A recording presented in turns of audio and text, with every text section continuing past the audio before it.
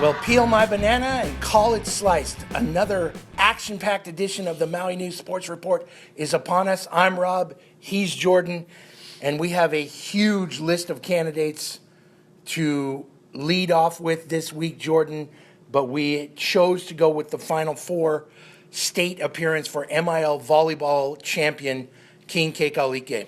Yeah, about as rare air as you can get. Division I boys semifinalist King Kekalike. The MIL got as good a draw as they could have ever hoped for. We're quick to point out how often the MIL gets slighted. The MIL got as good a draw as they could have wished. King Kekalike taking advantage, beating Waianae in 4 sets on Saturday, a game they were able to host due to this format that they're trying out. We saw it in girls basketball. Love it. In the winter. In that 4-set victory, Colton Cowell and Lionel Mills, who have led Nali all season long, 17 kills apiece.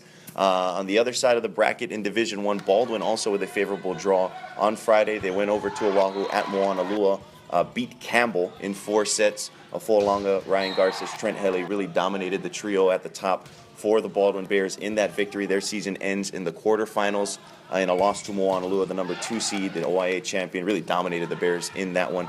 But for the MIL to get 2 teams in the quarterfinals in Division I, a team in the semifinals, and King Kekalike will play Punahou on Friday night. Punahou ranked in the top 10 in the country, number 1 in the state, is just a banner year for MIL volleyball. And then in Division II, their tournament kicks off this week for the state. They could make a run in there as well with Seabury as the MIL champ. Without a doubt. And to reiterate, what a season in MIL volleyball. The 2 teams you just talked about, Jordan, are very good teams. King Kekalike obviously has its handful with Punahou, as you said, but to make a semifinal, the last team to do that, oh, by the way, in Division I was Hana. They're now in Division II. Back in the day when Bryce Oliveira was dominating MIL volleyball. The dream season for Hana really kind of ended in disappointment, if you will, but understandably so. 2 nights in a row, a good Seabury Hall team, a very good Seabury Hall team that had had its struggles during the year, really put things together behind Blake Rizzo, Nick Yashiro, and other senior leaders like McKenna Jost, and just got the best of Hana, and really just all the emotion of the last 8, 9, 10 days, I think, caught up with the Dragons. Yeah, Seabury kind of turning it on at the right time, and the emotional gas tank, I think, kind of running out on the Dragons. It was such a tough week, a week plus for that volleyball program, for that community, for the softball team, which we'll talk about a little bit later. A lot of connections there. I know a lot of people kind of disappointed and saddened that it came to an end at such a time, but take nothing away. It was such a magical season for Hana on the volleyball court, and for them to overcome the tragedy off of the court just says a lot about the resolve of that team, of that community. And, of course, we're talking about the tragic death on April 24th of Isaiah Puakima. He was one of 2 seniors.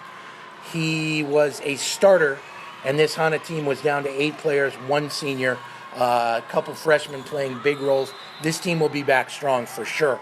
And the community of Hana, no doubt. And not to take anything away from Seabury Hall, they played very, very well.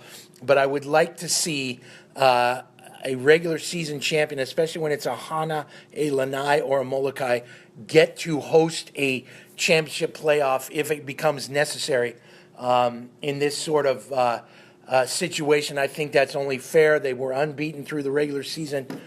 They lose in the tournament final. I get that. But then I think they should have the chance to host instead of the current MIL rule that says the host team that game is played at the site of the tournament, which this year just happened to be Seabury Hall, who's going to represent the MIL very well at the state tournament, seated 2nd there. And in MIL baseball on Saturday, my, what a day for David Rapinot. He allows an infield single to start the game. Then he retires the next 15 in a row. 9 strikeouts, struck out the side in the 2nd inning, the 3rd inning. He needed just 9 pitches to strike out the St. Anthony side. We're, of course, talking about Molokai senior David Rapinot. And at the plate, he started with a single, then a triple, and oh, yes, by the way, he ends the game on a towering 3-run homer. 10-run mercy rule, Farmers win 12-0, advance to the state tournament where they could make some noise. Yeah, they very much could. The only drawback there is they only played 5 games on the field in the MIL slate. St. Anthony had to forfeit a couple of games, some of those games shortened by run rules. So they're a green team going in, but a talented team that could make a run.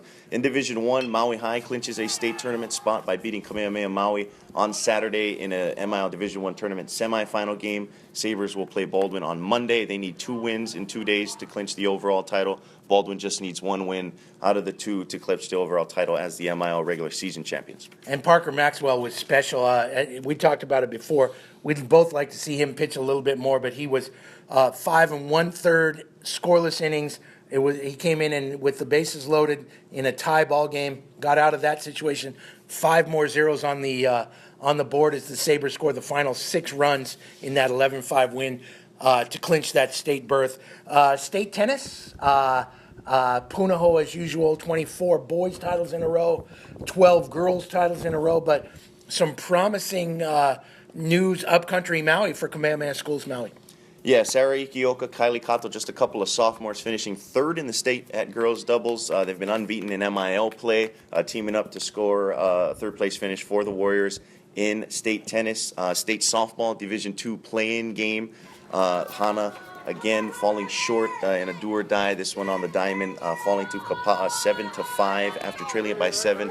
The Dragons rally back by scoring 5 unanswered, but came up just a bit short in the 7th inning. A team with a couple of strong connections to the volleyball squad as well. Senior pitcher Jana Lee Ho'opai was Isaiah Puakima's girlfriend, and Isaiah Puakima's younger sister Isley also played for that Hana softball team. Again, I just think the emotion caught up with we're talking about a school of 83 kids, a community of less than 1,000 or so. It's just tough times, and they're gonna survive and get through this. But and they should be proud of both seasons they had for their teams in the spring.